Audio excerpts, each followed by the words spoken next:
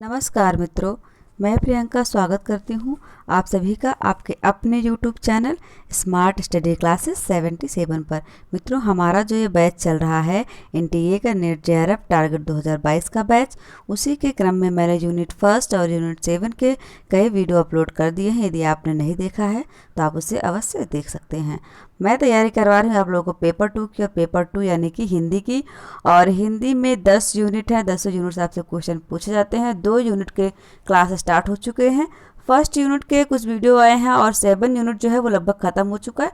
लगभग क्या मतलब, यूनिट तो पूरी ख़त्म हो चुकी है, लेकिन उस पर क्वेश्चन आंसर अभी मुझे करवाना बाकी रह गया है। और यह रहा यूनिट 9 का वीडियो। इसके पहले का एक वीडियो जो अपलोड हो चुका है यूनिट 9 से, निबंध था।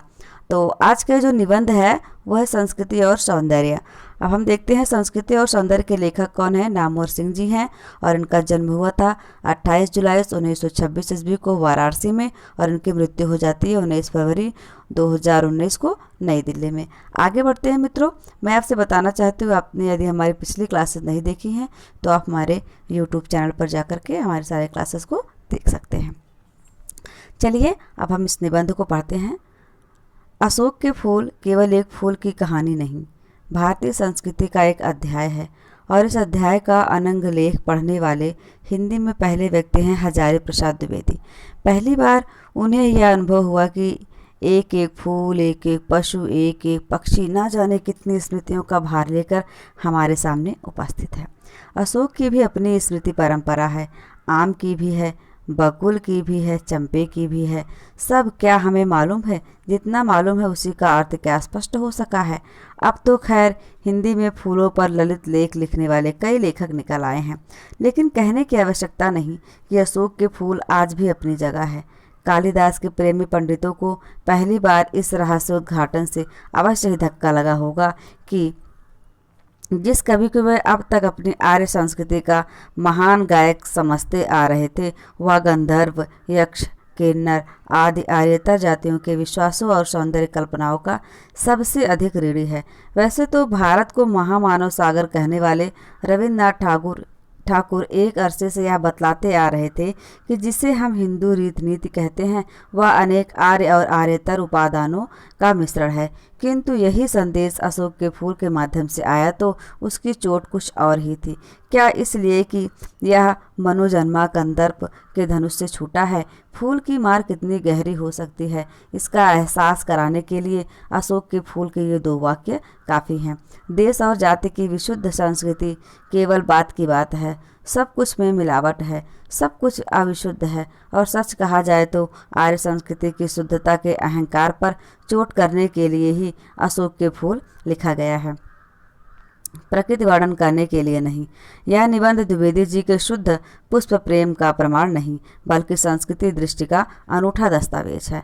अब तो भारत की सामाजिक संस्कृति की दिन रात माला जपने वाले बहुतेरे हो गए हैं। दिनकर जी ने तो संस्कृति के 4 अध्याय नाम से एक विशाल ग्रंथ ही लिख डाला, किंतु जैसा कि अज्ञेय ने लिखा है, काव्य की पड़ताल में तो दिनकर शुद्ध काव्य की खोज में लगे थे, लेकिन संस्कृति की खोज में उनका आग्रह मिश्र संस्कृति पर ही खोज में लगे थे। लेकिन संस्कृति की मिश्रता को ही उजागर करने का प्रयत्न ही उनकी संग्राहकता को नहीं। संस्कृति का चिंतन करने वाले किसी भी विद्वान के सामने यह बात स्पष्ट होनी चाहिए कि संस्कृतियां प्रभाव ग्रहण करती हैं, अपने अनुभव को समृद्धतर बनाती हैं, लेकिन यह प्रक्रिया मिश्रण की नहीं है। संस्कार नाम ही इस बात को स्पष्ट कर देता है। यह मानना कठिन है कि संस्कृति की यह परिभाषा दिनकर की जानी हुई नहीं थी। उनका जीवन भी कहीं उस मिश्रता को स्वीकार करता नहीं जान पाता था जिसकी वकालत उन्होंने की। तब क्या यह संदेह संगत नहीं कि उनकी अवधारणा एक वकालत ही थी, दृष्टि का उन्मेष नहीं? और अगर वकालत ही थी तो उनका मुवक्किल क्या समकालीन राजनीति का एक पक्ष ही नहीं था, जिसके सांस्कृतिक कर्णभार स्वयं भी मिश्रता का सिद्धांत नहीं माने जाते थे, लेकिन अपनी स्थिति दृढ़तर बनाने के लिए उसे अपना रहे थे। इस मिश्र संस्कृति की राजनीति से द्विवेदी जी कितने अलग हैं, इसका प्रमाण यह है कि स्वाधीनता प्राप्ति के बाद जब से राष्ट्रीय स्तर पर अनुमोदित और प्रोत्साहित नीति के रूप में सामाजिक संस्कृति का बोलबाला हुआ, द्विवेदी जी ने इस विषय पर लिखना लगभग बंद कर दिया। स्पष्ट है कि वे मिश्र संस्कृति के वकील न थे और न एक वकील की तरह अपने पक्ष के लिए इतिहास से तथ्य बटोरने ही आए थे। बटोरने ही गए थे। उन्होंने तो अपनी अनुभूति को वाणी दी, जो अपने अतीत के साहित्य को पढ़ते और कलाकृतियों को देखते समय अंतरतम में उठी थी। और इस बात से तो संभवतः अज्ञेय जी भी इनकार न करेंगे कि द्विवेदी जी के लिए वह एक अमूर्त बौद्धिक अवधारणा नहीं थी, बल्कि दृष्टि का उन्मेष था। इसलिए जब द्विवेदी जी कहते हैं कि सब कुछ अविशुद्ध है, तो तुरंत बात यह भी जोड़ते हैं कि शुद्ध है केवल मनुष्य की जिजीविषा। वह गंगा की अबाधित अनाहत धारा के समान सब कुछ को हजम करने के बाद भी पवित्र है। इस संदर्भ में उल्लेखनीय है कि अज्ञेय जहाँ संस्कृति की केवल संग्राहकता की हिमायत करते हैं, वहाँ द्विवेदी जी त्याग का जिक्र करना नहीं भूलते। अशोक के फूल में ही उसी अनुच्छेद के अंतर्गत एक दृष्टा की तरह मानव जाति की दुर्दम निर्मम धारा के हजारों वर्ष का रूप साफ देखते हुए वे कहते हैं, मनुष्य की जीवन शक्ति बड़ी निर्मम है। वह सभ्यता और संस्कृति के वृथा मोहों को रौंदती चली आ रही है। न जाने कितने धर्माचारों, विश्वासों, उत्सवों और व्रतों को धोती बहाती यह जीवन धारा आगे बढ़ी है। संघर्षों से मनुष्य से नई शक्ति पाई है। हमारे सामने समाज का आज जो रूप है, वह न जाने कितने ग्रहण और त्याग का रूप है। इसलिए द्विवेदी जी के सामने योजनाबद्ध रूप से एक मिश्र संस्कृति तैयार करने की समस्या नहीं है। समस्या यह है कि आज हमारे भीतर जो मोह है, संस्कृति और कला के नाम पर जो आसक्ति है, धर्माचार और सत्यनिष्ठा के नाम पर जो जड़िमा है, उसे किस प्रकार ध्वस्त किया जाए। इस दृष्टि से यदि दिनकर का मिश्र संस्कृति कि एक राजनीति है, तो अज्ञेय की संस्कार धर्मी संग्राहक संस्कृति भी किसी और राजनीति के अनुसंग से बच नहीं जाती। जब वे कहते हैं कि संस्कृतियां प्रभाव ग्रहण करती हैं, अपने अनुभव को समृद्धतर बनाती हैं, तो उनमें एक मूल संस्कृति का अस्तित्व पहले ही से स्वीकार कर लिया गया है, जो किसी प्रभाव से पहले विशुद्ध है। आकस्मिक नहीं है कि अज्ञेय द्वारा स्थापित वत्सल निधि की हीरानंद शास्त्री स्मारक व्याख्यान माला के प्रथम आयोजन में प्रकाशित भारतीय परंपरा के मूल स्वर में डॉक्टर गोविंद चंद्र पांडे भी लगभग ऐसे ही शब्दों में सामाजिक संस्कृति का विरोध करते हैं। डॉक्टर पांडे यह स्वीकार करते हैं कि विज्ञान, प्रविधि और भौतिक उपादानों के स्तर पर नाना समाजों में आदान प्रदान अनायास और चिर परिचित है और इन साधनों का उपयोग समाज को प्रभावित करता है। किंतु इसके साथ ही वे यह भी मानते हैं कि अतर्क्य भावों, अनुभूतियों और आध्यात्मिक उपलब्धियों के स्तर पर संस्कृतियों का वास्तविक मिलन अत्यंत कठिन हो जाता है। कुल मिलाकर इस विमर्श का निष्कर्ष यह है कि भारतीय संस्कृति की तथाकथित सामाजिकता वास्तव में सभ्यता के क्षेत्र में ही लागू होती है और इस क्षेत्र में वह भारत की कोई विशेषता नहीं है। सवाल यह है कि सभ्यता और संस्कृति की जिन दो यूरोपीय अवधारणाओं को डॉक्टर पांडे ने भारत की संस्कृति के विवेचन के लिए अपनाया है, उनका संबंध सभ्यता से है या संस्कृति से। आदान प्रदान यदि सभ्यता से ही क्षेत्र में भी आदान प्रदान होता है, फिर भी जिस तरह राष्ट्रीय स्तर पर अनुमोदित और प्रोत्साहित सामाजिक संस्कृति का विरोध डॉक्टर पांडे ने किया है, उसे किसी अन्य पक्ष की राजनीति की वकालत न मानना अज्ञेय के लिए भी कठिन होगा। तर्क वही है जिसका इस्तेमाल उन्होंने दिनकर के संदर्भ में किया है। यदि दिनकर की सामाजिक संस्कृति का संबंध राजनीति के एक पक्ष से है, तो स्वयं अज्ञेय और गोविंद चंद्र पांडे की शुद्ध संस्कृति का संबंध भी राजनीति के दूसरे पक्ष से जोड़ा जा सकता है। शुद्ध होने से ही वह राजनीति से मुक्त नहीं हो जाती। द्विवेदी जी की दृष्टि में संस्कृति का एक आग्रह भी एक प्रकार का मोह है जो बाधा उपस्थित करता है। संस्कृति में निहित जिस संस्कार की ओर अज्ञेय ने संकेत किया है, उसकी अर्थवत्ता में द्विवेदी जी अपरिचित हैं। यह तो स्वयं अज्ञेय जी भी न स्वीकारेंगे। फिर भी उन्हें यह देखकर आश्चर्य न होना चाहिए कि उन्होंने अक्सर इस संस्कार को भी बाधा माना है। लखनऊ विश्वविद्यालय के साहित्य का मर्म शीर्षक व्याख्यानों में उनका जो ऋषि बात पर है कि विवेक के परिष्करण के लिए किए गए संस्कार भी काल पाकर किसी नए सृजन के ग्रहण के लिए बाधा बन जाते हैं। कहते हैं, संस्कार शब्द का प्रयोग करते समय मुझे थोड़ा संकोच ही हो रहा है।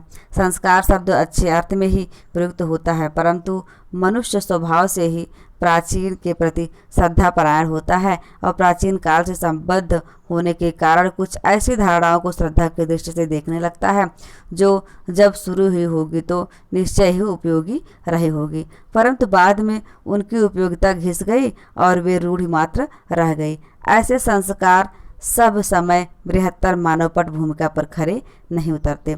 इन कालगत संस्कारों की चर्चा करने के बाद वे उन देशगत और जातिगत संस्कारों की ओर भी संकेत करते हैं जो अन्य देश और अन्य जाति के विश्वासों पर आधारित साहित्य को समझने में बाधक होते हैं।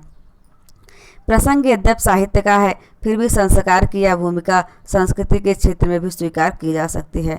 इस प्रकार स्पष्ट है कि संस्कार के उल्लेख मात्र से संस्कृति के क्षेत्र में दृष्टिगत होने वाली संकीर्णता का परिहार नहीं हो जाता। संस्कार की प्रक्रिया अंततः संस्कृति के क्षेत्र में उस शुद्धिकरण की ओर ले जाती है जिसकी परिणति वर्जनशीलता में होती है। यह वही वर्जनशीलता है जिस पर भारतीय संस्कृति के बहुत से हिमायतियों को अभिमान है। हमारे यहाँ वाला ब्रह्मास्त्र इस वर्जनशील अहंकार की उपज है जिसका मुकाबला द्विवेदी जी को अक्सर करना पड़ता है।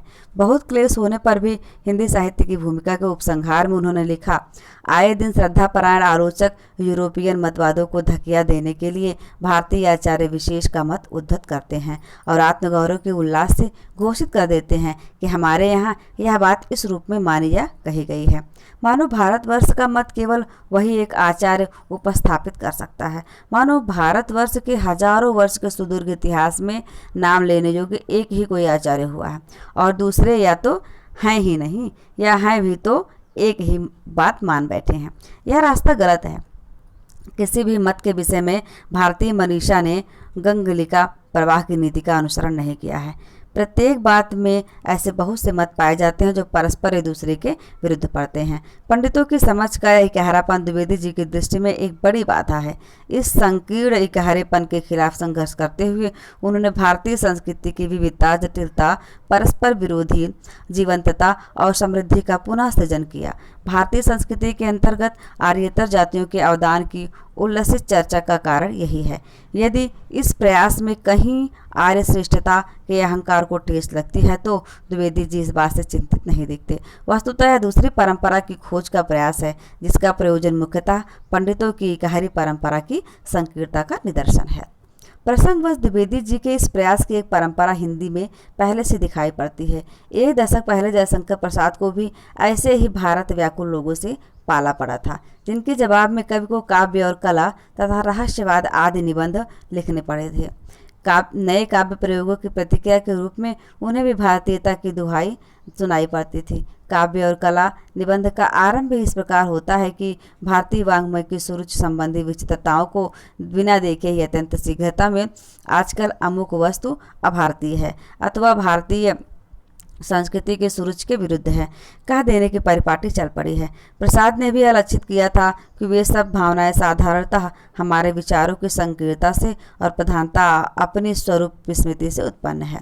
यह संकीर्णता और स्वरूप विस्मृति अपनी परंपरा के ऐतिहासिक और वैज्ञानिक विवेचन से ही दूर हो सकती है, किंतु प्रसाद ने अनुभव किया कि इसका ऐतिहासिक और वैज्ञानिक विवेचन होने की संभावना जैसी पाश्चात्य साहित्य में है वैसी भारतीय साहित्य में नहीं।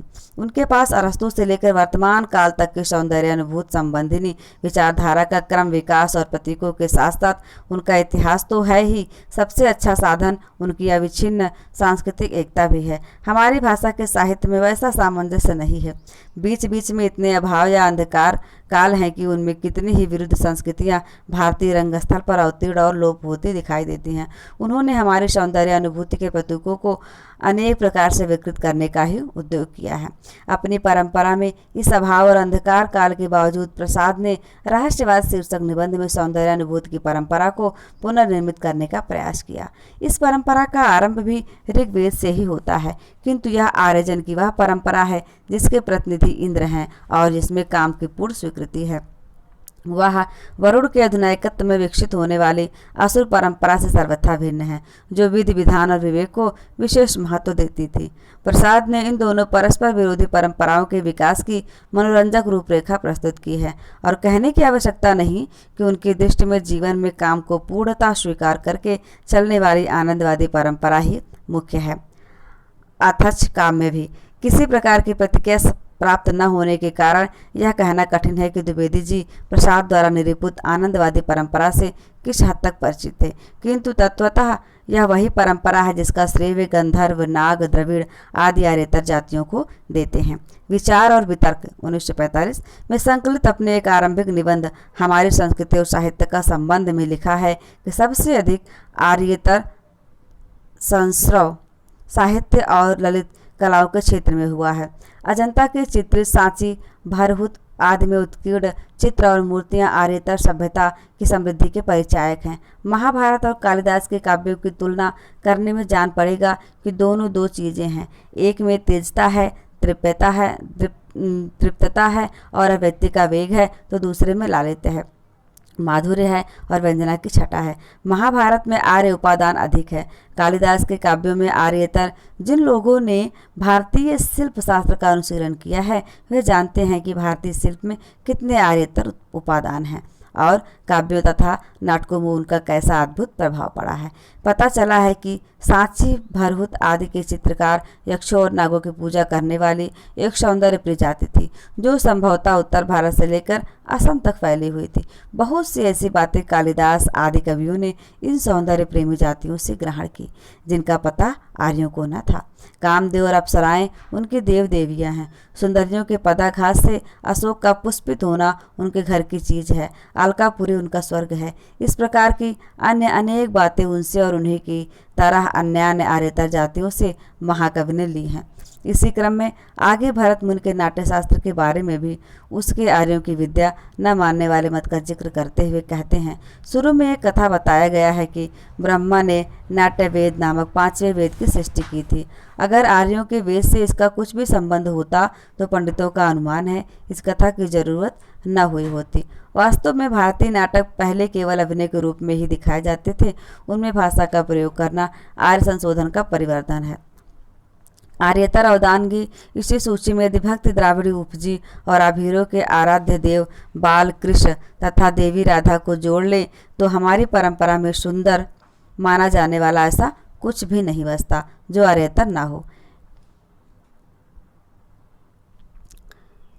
एक भक्ति काव्य को छोड़कर प्रसाद और हजारी प्रसाद द्विवेदी में इस बात को लेकर कोई मतभेद नहीं है कि क्या क्या सुंदर है। अंतर केवल यह है कि प्रसाद जिसे आर्यों के एक समुदाय की परंपरा कहते हैं, हजारी प्रसाद द्विवेदी उसे ही विभिन्न आर्यतर जातियों का अवदान मानते हैं। फिर भी एक बात में उभयत्र समानता है कि हमारी परंपरा में जो भी सुंदर है वह आर्य नाम से प्रचारित मिथक से भिन्न है। इस मिथ की ये आर्य से इतनी चिढ़ इसलिए है कि इसके ध्वजाधारियों को सुंदर से परहेज है। जैसा कि प्रसाद ने रहस्यवाद शीर्षक निबंध में स्पष्ट लिखा है, आनंद पथ को उनके कल्पित भारतीयोचित विवेक में सम्मिलित कर लेने से आदर्शवाद का ढांचा ढीला पड़ जाता है। इसीलिए वे इस बात को स्वीकार करने में डरते हैं कि जीवन में यथार्थ वस्तु आनंद है। ज्ञान से व अज्ञान से मनुष्य उसी की खोज में लगा है।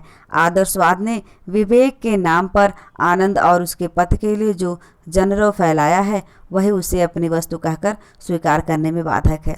इसलिए नैतिकतावादियों को प्रत्युत्तर देने के लिए प्रसाद ने यदि सुंदर की परंपरा को अपनी ही परंपरा के अंदर आर्यतर तत्वों के अभिन्न मिश्रण के रूप में विवेचित किया।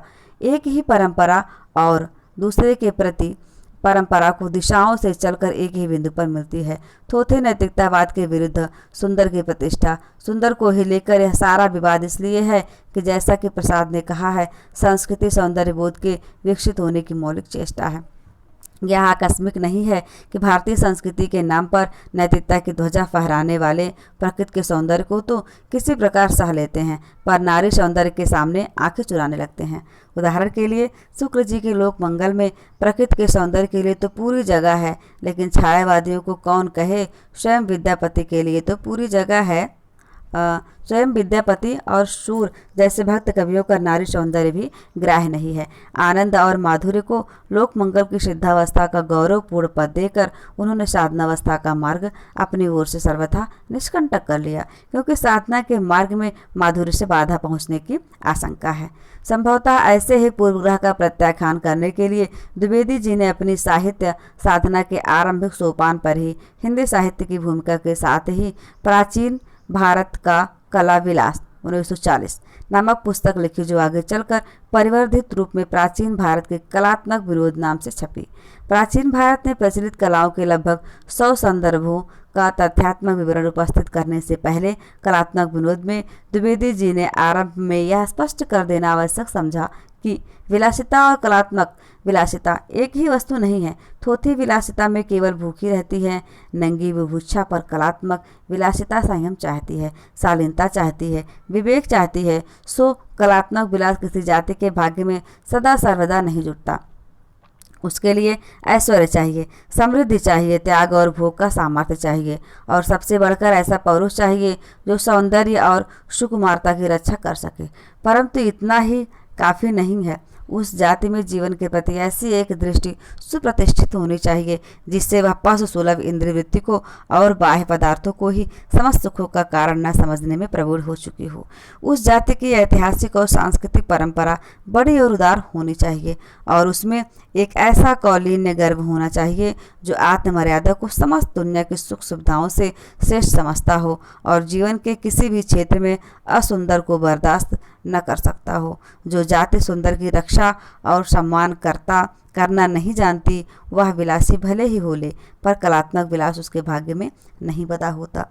संक्षेप में यह उस सौंदर्य बोध की संस्कृति है जिसका अत्यंत संवेदनशील और सूक्ष्म विवरण कलात्मक विनोद के बाद के पृष्ठों में मिलता है, या फिर बाण भट्ट की आत्मकथा, चारु चंद्रलेख, पुनर्नवा और अनामदास का पोथा जैसी सृजनात्मक कृतियों के उन प्रसंगों में जहां नारी सौंदर्य अपने पूरे वैभव के साथ प्रकट होता है तथा नृत्य कला के प्रदर्शन के अवसर अक्सर उपस्थित होते हैं। कहने की आवश्यकता नहीं कि द्विवेदी जी के इस सौंदर्य बोध में सर्वथा शास्त्रीय प्रत्यय विज्ञान ही नहीं बल्कि उसमें एक सजग इंद्रिय संवेदन की प्रत्यग्रता भी है। रूप, शोभा, सुषमा, सौभाग्य, चारुता, लालित्य, लावण्य आदि का ऐसा सूक्ष्म परिज्ञान और संवेदन हिंदी में दुर्लभ ही है।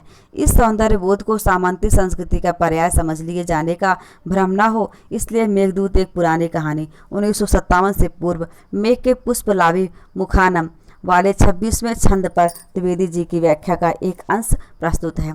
जो संपत्ति परिश्रम से नहीं अर्जित की जाती और जिसके संरक्षण के लिए मनुष्य का रक्त पसीने से नहीं बदलता, वह केवल कुत्सित रुचि को प्रश्रय देती है। सात्विक सौंदर्य वहाँ है जहाँ चोटी का पसीना एड़ी तक आता है और नित्य समस्त विकारों को धोता रहता है। पसीना बड़ा पावक तत्व है मित्र। जहाँ इसकी धारा रुद्ध हो जाती है वहाँ कलुष और विकार जमकर खड़े हो जाते हैं। विदिशा के प्रच्छन्न विलासियों में यह पावनकारी तत्व नहीं है। उनके चेहरे पर सात्विक, तेज और उल्लसित करने वाली दीप्ति नहीं रह गई है। इसलिए मैं सलाह देता हूँ कि विश्राम करके आगे बढ़ना, क्योंकि प्रातःकाल निचली पहाड़ी के इर्द गिर्द तुमको मनुष्य की सात्विक शोभा दिखाई देगी।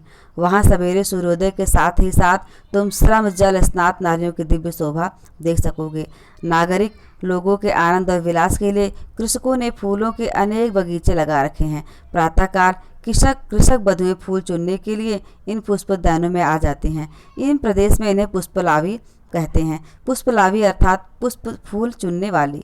ये पुष्पलावियाँ घर का कामकाज समाप्त करके उद्यानों में आ जाती हैं और मध्याह्न तक फूल चुनती हैं। सूर्य के ताप से इनका मुखमंडल ग्लान हो उठता है, गंड स्थल से पसीने की धारा बह चलती है और इस श्वेत धारा के निरंतर संस्पर्श से उनको कानों के आभरण रूप में विराजमान नीलकमल मलिन हो उठते हैं।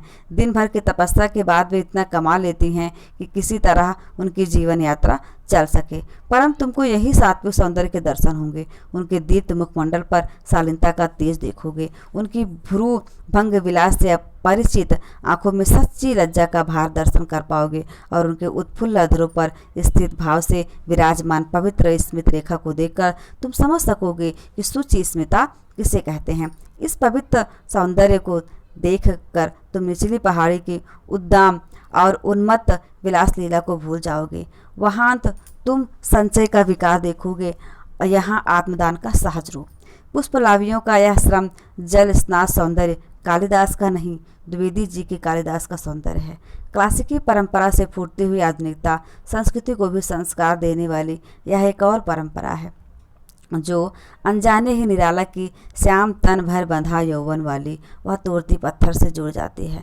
इसलिए जो लोग द्विवेदी जी के सौंदर्य संस्कार को रविन्द्रनाथ के शांति निकेतन की देन बतलाते हैं वे सिर्फ आधी बात कहते हैं।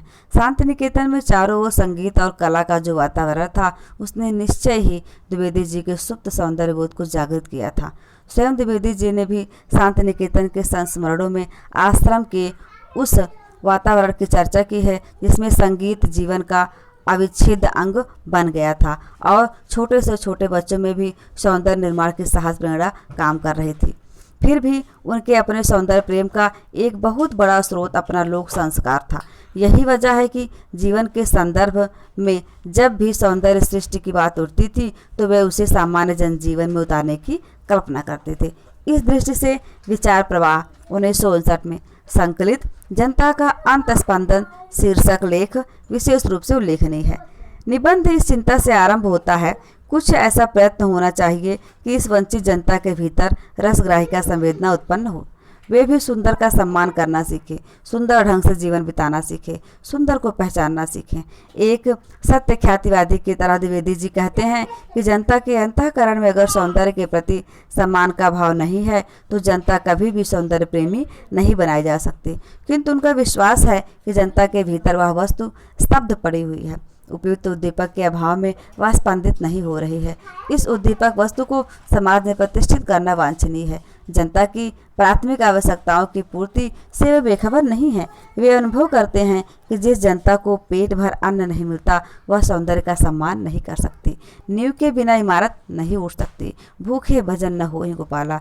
किंतु इसके साथ ही यह भी सच है कि जो जाति सुंदर का सम्मान नहीं कर सकती वह यह भी नहीं जानती कि बड़े उद्देश्य के लिए प्राण देना क्या चीज़ है। वह छोटी छोटी बातों के लिए झगड़ती है, मरती है और लुप्त हो जाती है। स्पष्टतः यह दृष्टि उस विचारधारा से नितांत भिन्न है जो जनता को तात्कालिक आर्थिक और राजनीतिक आवश्यकताओं की पूर्ति के लिए संघर्ष में उतारने की विश्वासी है, क्योंकि वहाँ यह समझ निहित है कि जनता के बोध का स्तर इतना ही नीचा है जो जनता के अंतःस्पंदन से अपरिचित है।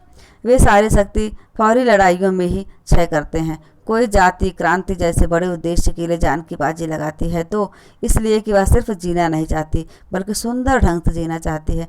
कहने की आवश्यकता नहीं कि आज के अनेक राजनीतिक संगठन और आंदोलन सिर्फ इसलिए असफल हो रहे हैं कि उनके सामने जीवन का यह बड़ा उद्देश्य नहीं है और वे सुंदर को एक अतिरिक्त या फालतू चीज़ समझते हैं।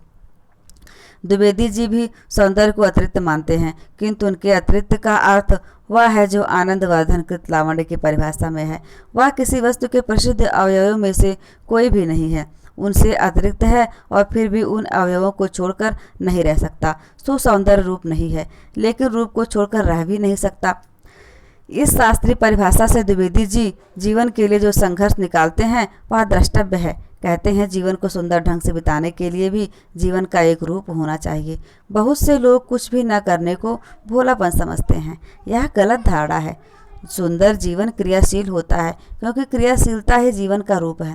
क्रियाशीलता को छोड़कर जीवन का सौंदर्य टिक नहीं सकता। द्विवेदी जी के अनुसार इस भाव से चालित जन समाज अंततः राजनीतिक और आर्थिक शक्तियों पर कब्जा करने के प्रयास से कम पर संतुष्ट नहीं हो सकता, क्योंकि समाज व्यवस्था को ज्यों का त्यों स्वीकार कर लेना एकदम असंभव है।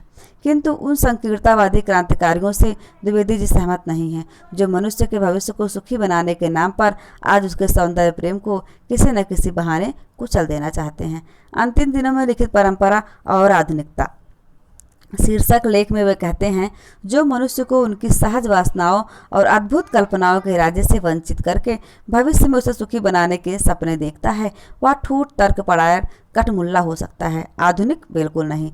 वह मनुष्य को समूचे परिवेश से विच्छिन्न करके हाड़ मांस का यंत्र बनाना चाहता है। यह न तो संभव है न वांछनीय। इसलिए द्विवेदी जी मनुष्य की समस्त रचित्री आनंदिनी वृत्ति का विकास आवश्यक समझते हैं, क्योंकि चित्रकला, मूर्तिकला, वास्तुकला, धर्म विधान और साहित्य के माध्यम से उसी वृत्ति को अभिव्यक्ति मिलती है। यह आकस्मिक नहीं है कि अंतिम दिनों में वो सौंदर्य शास्त्र पर लालित्य मीमांसा नाम से एक पूरी पुस्तक लिख रहे थे। अपने प्रिय कवि कालिदास पर कालिदास की लालित्य योजना नामक पुस्तक पूरी करके वे स्वयं लालित्य शास्त्र पर ही व्यवस्थित और सांगोपांग विचार करना चाहते थे। उनके जीवन की सुदीर्घ सौंदर्य चिंता और सौंदर्य साधना की यह स्वाभाविक परिणति थी। दुर्भाग्य से उस पुस्तक के केवल 5 ही निबंध पूरे हो पाए, पर उनसे भी उनकी व्यापक और मौलिक सौंदर्य चिंता का कुछ आभास मिल ही जाता है। उन्हें इस तथ्य का एहसास है कि भारतवर्ष में इस प्रकार के किसी अलग शास्त्र की कल्पना नहीं की गई है, परंतु काव्य, शिल्प, चित्र, मूर्ति, संगीत, नाटक आदि की आलोचना के प्रसंग में विविध आगमों में चरम सुंदर तत्व की महिमा बताने के बहाने इसकी चर्चा अवश्य होती रही है। इसलिए अपनी इस छिन्न किंतु समृद्ध परंपरा के आधार पर ही उन्होंने ललित चिंतन के भवन निर्माण का प्रयास किया है। इस प्रयास का पहला सूत्र है कि वे सौंदर्य को सौंदर्य न कहकर ललित कहना चाहते हैं, क्योंकि प्राकृतिक सौंदर्य से भिन्न किंतु उनके समांतर चलने वाला मानव रचित सौंदर्य उनकी दृष्टि में विशेष महत्वपूर्ण है। ललित वह इसलिए है कि मानव द्वारा लालित है। सौंदर्य की इस मानववादी धारणा का स्रोत द्विवेदी जी ने स्वयं अपनी परंपरा से ही ढूंढ निकाला। वह स्रोत है भरत मुनि का नाट्यशास्त्र। नाट्यशास्त्र में नाटक की उत्पत्ति की जो कथा दी गई है, उनके अनुसार देवता नाटक न कर सके और नाटक न कर सकने में मनुष्य को ही समर्थ समझा गया, क्योंकि उनमें देवताओं से एक विशिष्ट शक्ति है अनुकरण की। यही नहीं, भरत मुनि ने अपने समय में प्रचलित रूपकों में से पूर्णांग सिर्फ नाटक और प्रकरण को ही माना, जहाँ नायक मनुष्य होता है। नायक पर विचार करते हुए प्रसंगवश नाट्यशास्त्र के अनुसार मनुष्य ही धीरोदत्त हो सकते हैं, जबकि देवा धीरोधत्ता एवं क्योंकि देवों में फलागम के लिए उतावली होती है और धीरोदात्त की भांति धीर भाव से प्रत्याशा में वे नहीं उलझते। इस प्रकार द्विवेदी जी कला सृजन में मनुष्य की महिमा का सबल विवेक भरत मुनि से प्राप्त करते हैं। सौंदर्य को मनुष्य लालित मानने का दूसरा स्रोत है तांडव और लास्य का अंतर। पुराण गाथा के अनुसार शिव का तांडव रस भाव विवर्जित नृत्य है, जबकि पार्वती का लास्य रस भाव समन्वित नृत्य है। द्विवेदी जी इससे यह संकेत ग्रहण करते हैं कि तांडव जहाँ मानव पूर्व तत्वों का स्वतः स्फूर्त विकास है, वहाँ लास्य मानवीय प्रयासों का ललित रूप। अंत में आगमों में वर्णित विश्वव्यापिनी सृजनात्मक शक्ति ललिता के प्रभा मंडल से मंडित करते हुए वे मनुष्य निर्मित सौंदर्य तत्व को ललित की संज्ञा देते हैं। किंतु कुल मिलाकर समष्टिगत और व्यष्टिगत दोनों ही स्तरों पर द्विवेदी जी की सौंदर्य दृष्टिमूलक मानव केंद्रित ही है। इसका अर्थ सिर्फ यही नहीं है कि सौंदर्य का सृष्टा मनुष्य है, बल्कि यह भी कि सौंदर्य की सृष्टि करने के कारण ही मनुष्य है। द्विवेदी जी की लालित्य मीमांसा का दूसरा रूप यह है कि यह बंधन के विरुद्ध विद्रोह है और बंधन द्रोही व्याकुलता को रूप देने का प्रयास है। नृत्य के संदर्भ में इसी बात को जड़ के गुरुत्वाकर्षण पर चैतन्य की विजय इच्छा कहा गया है। आकस्मिक नहीं है कि द्विवेदी जी ने अपने सभी उपन्यासों में किसी न किसी बहाने नृत्य का आयोजन किया है। नृत्य भले ही बंधनों के विरुद्ध विद्रोह को व्यक्त करने वाली सबसे जीवंत कला हो, किंतु अन्य कलाएं भी नृत्य के इस धर्म का अनुसरण करती हैं। यह भी द्विवेदी जी ने यथास्थान पर स्पष्ट किया है।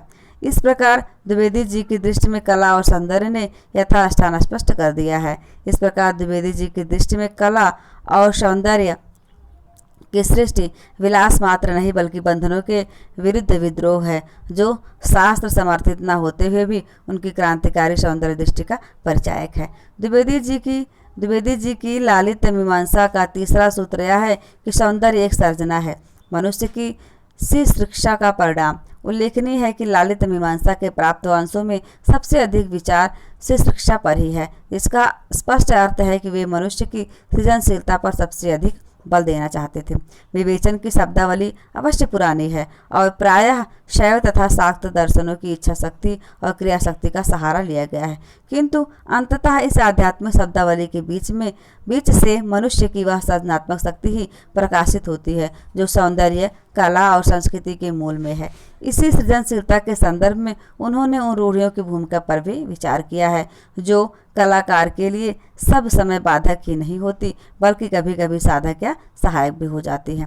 अंत में द्विवेदी जी एक ऐसे समग्र भाव के रूप सौंदर्य की स्थापना करते हैं, जो धर्माचरण, नैतिकता आदि जीवन की सभी प्रकार की अभिव्यक्तियों को छापकर सबको अभिभूत करके, सबको अंतर्ग्रथित करके समग्र भाव का प्रकाश करता है। उन्हीं के शब्दों में, भाषा में, मिथक में, धर्म में, काव्य में, मूर्ति में, चित्र में बहुधा अभिव्यक्ति मानवीय इच्छा शक्ति का अनुपम विलास ही वह सौंदर्य है जिसकी मीमांसा का संकल्प लेकर हम चले हैं। मीमांसा दुर्भाग्यवश अपूर्ण ही रह गई है, पर संकल्प सार्थक है। जनता का अंतःस्पंदन ही नहीं बल्कि अन्य रचनाओं के प्रकाश में लालित्य मीमांसा के सूत्रों को देखें तो संकेत स्पष्ट है। जीवन का समग्र विकास ही सौंदर्य है। यह सौंदर्य वस्तुतः